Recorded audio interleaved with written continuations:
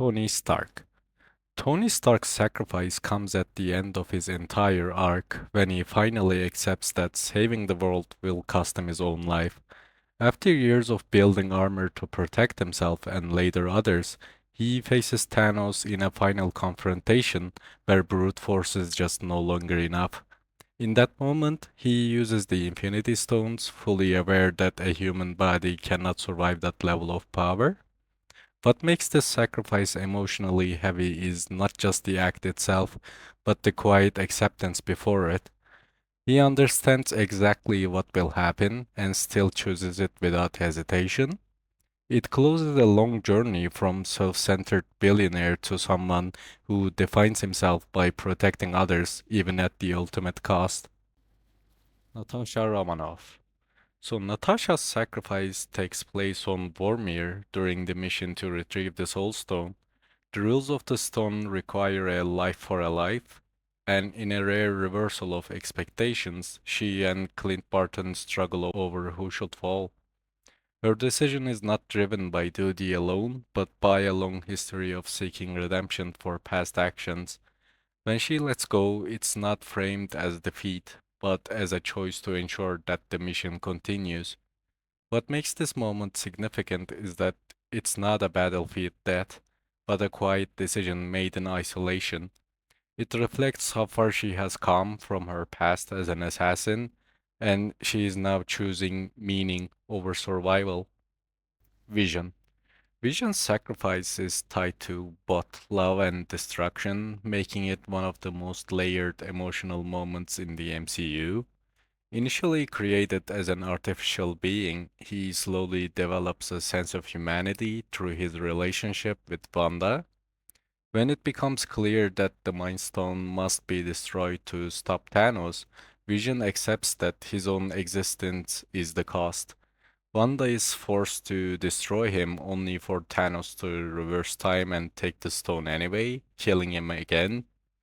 This double loss adds to the weight of the moment, which Vision represents the idea that life is not defined by origin, but by a connection, which makes his repeated death feel especially personal.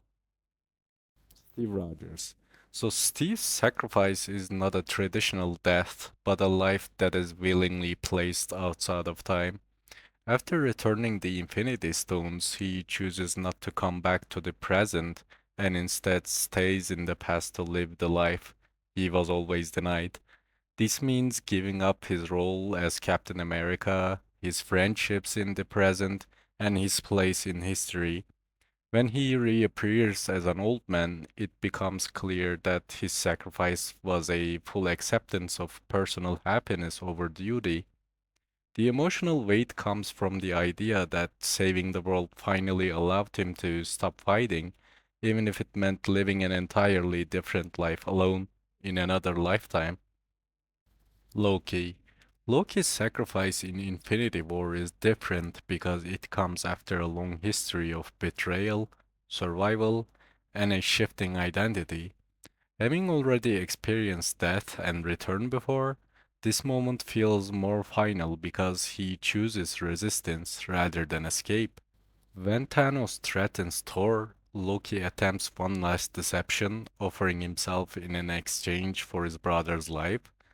This act represents a shift from self-preservation to protecting of someone else. Although his earlier actions caused conflict across multiple films, this moment reframes him as someone capable of loyalty even in defeat.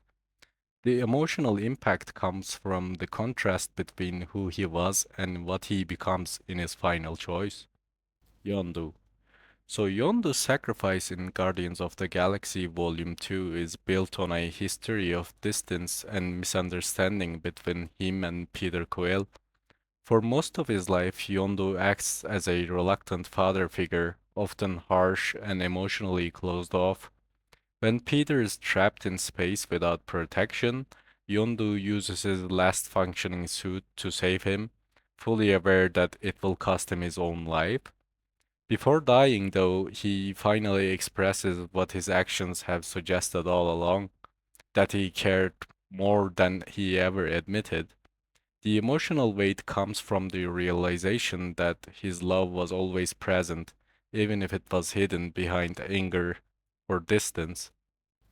Quicksilver. Quicksilver's sacrifice occurs during the Battle of Sokovia, where he uses his speed to save Hawkeye and a child from incoming gunfire. Throughout the battle, he is portrayed as impulsive and energetic, often acting before thinking. However, in this moment, his instincts are directed towards saving others rather than himself. He dies immediately after shielding them, marking one of the few moments in the MCU where a hero dies without preparation or resolution.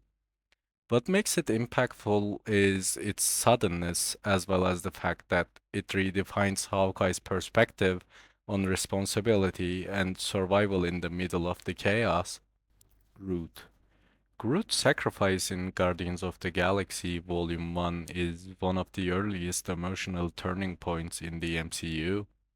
During the final battle, he uses his own body to form a protective barrier around his teammates, absorbing the impact of destruction.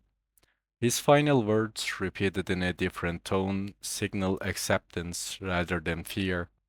Although he later returns in a different form, the original version of Groot is portrayed as fully gone, making the moment feel final at the time.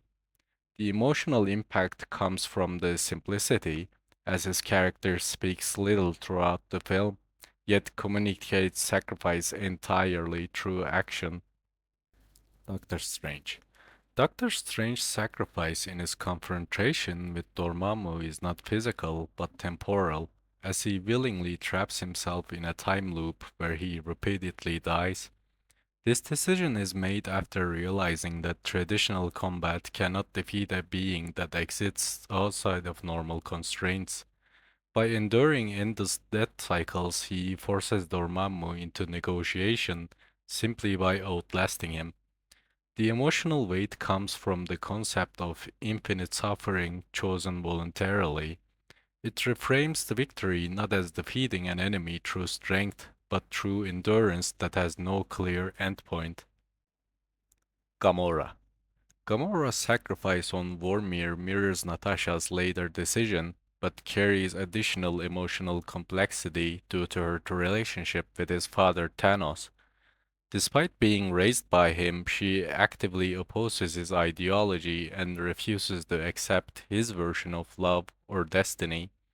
When she is taken to retrieve the Soul Stone, she believes she has escaped his control, only to realize she is still a part of his plan. Her death is treated not as an accident, but as a requirement of the Soul Stone's rules, which Thanos fulfills with visible emotional conflict. The weight of this moment comes from the tension between her independence and the realization that she is still bound to the figure she rejected.